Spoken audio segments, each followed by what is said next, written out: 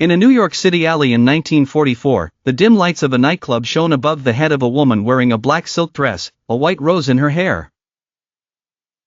She walked quietly onto the stage, stood before the microphone, and looked out into the audience with eyes that knew only too well the sadness of the moment.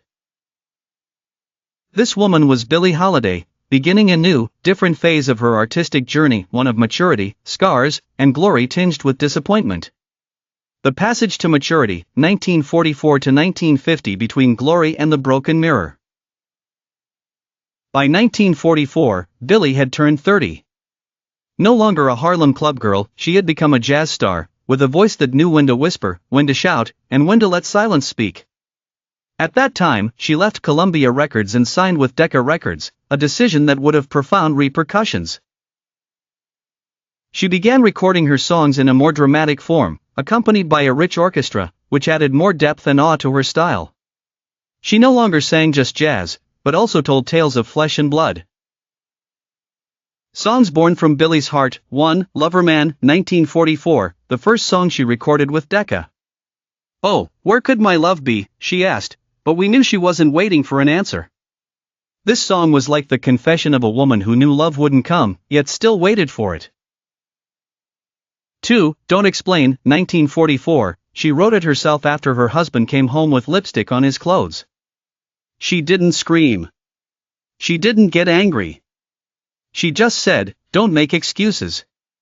Herein, Billie's genius shines through. She sang about betrayal as if it were something that could not be escaped.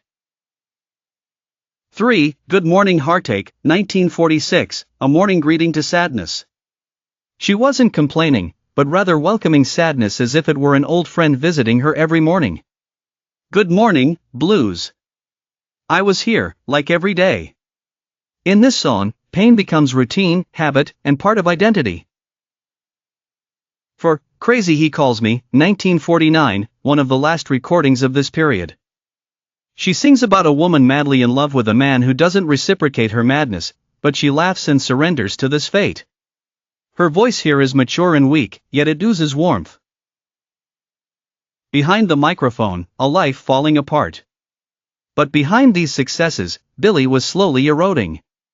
She entered into toxic relationships, became addicted to heroin, and was constantly harassed by the Federal Bureau of Narcotics, who decided to make an example of her. In 1947, she was imprisoned for a year in West Virginia and lost her permit to perform in clubs that serve alcohol, depriving her of her primary source of livelihood. Yet, in that darkness, she returned with a legendary performance at Carnegie Hall in 1948, where thousands flocked to hear her voice. The voice of a woman who no longer told stories, but lived them. The woman who sang the truth. In those years, Billie was more than just a jazz singer. She was a living conscience, a body that spoke of its cruelty, and a voice that knew where pain came from. She wore elegant dresses, hiding countless wounds beneath them.